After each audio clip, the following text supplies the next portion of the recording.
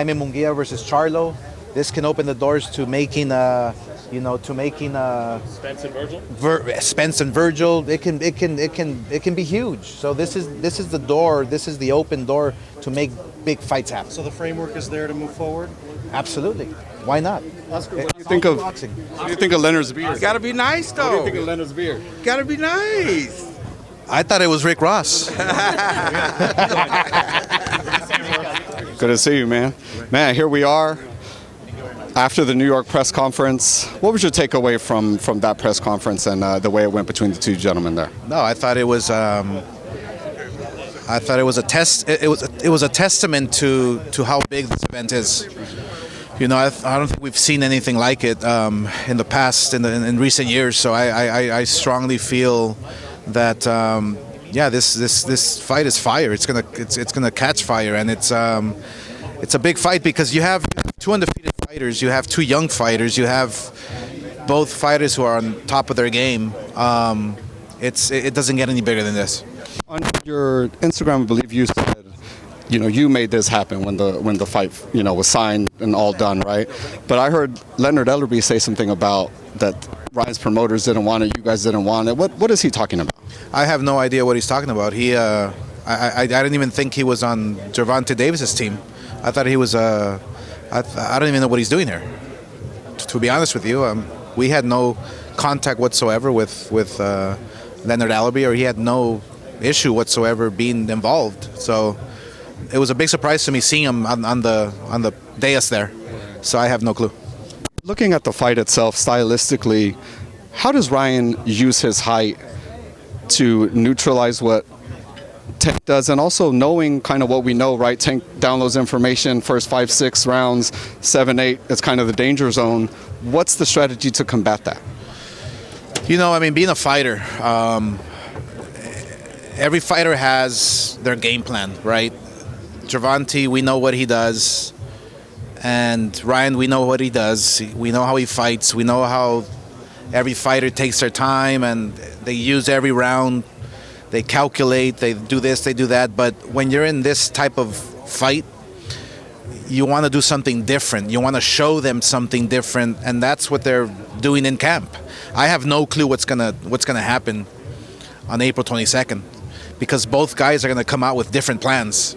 Everybody's studying each other, everybody's doing this and that, but mark my words, I take it from experience. Every time I fought a big name, every time I fought, most of my career, I had to change everything up because that guy's studying me. So I don't know what Gervonta's going to do. I don't know what Ryan's going to do. They're going to just go out there and fight. I've heard the fight described as the winner will be the person who makes the least mistakes. Is that an accurate assessment? And what do you think is the key to a victory for two evenly matched fighters like this? Yeah, no, I that's a great assessment. I think that this fight is going to be won in the middle of the ring. Don't get me wrong. They're going to have to dig deep down inside and make it a dogfight at times. It has to be. But this fight is going to be won in the middle of the ring. I don't know who's going to win. I don't know it's just an even fight. It's a great fight. It's a beautiful fight. I love it. Undefeated, young.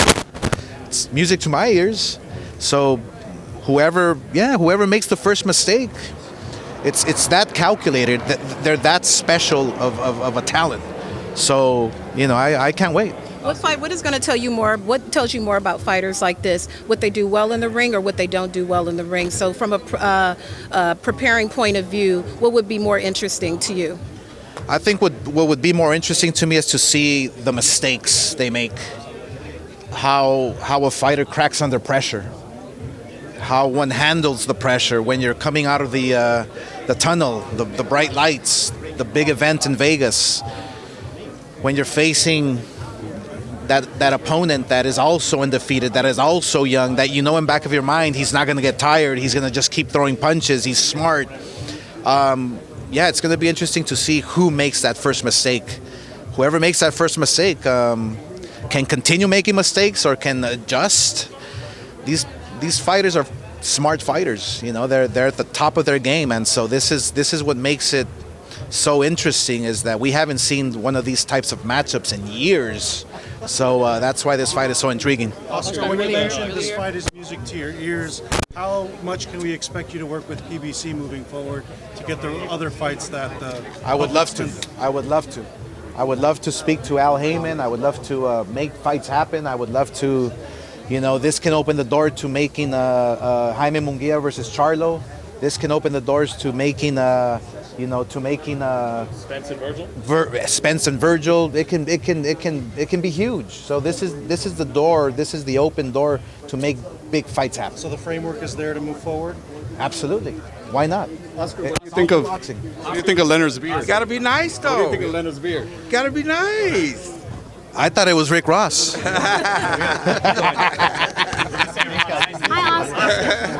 Leonard, man, it's good to see you. Man, we got a big one. I was kind of surprised to see you, man. What's kind of your involvement with why? Working.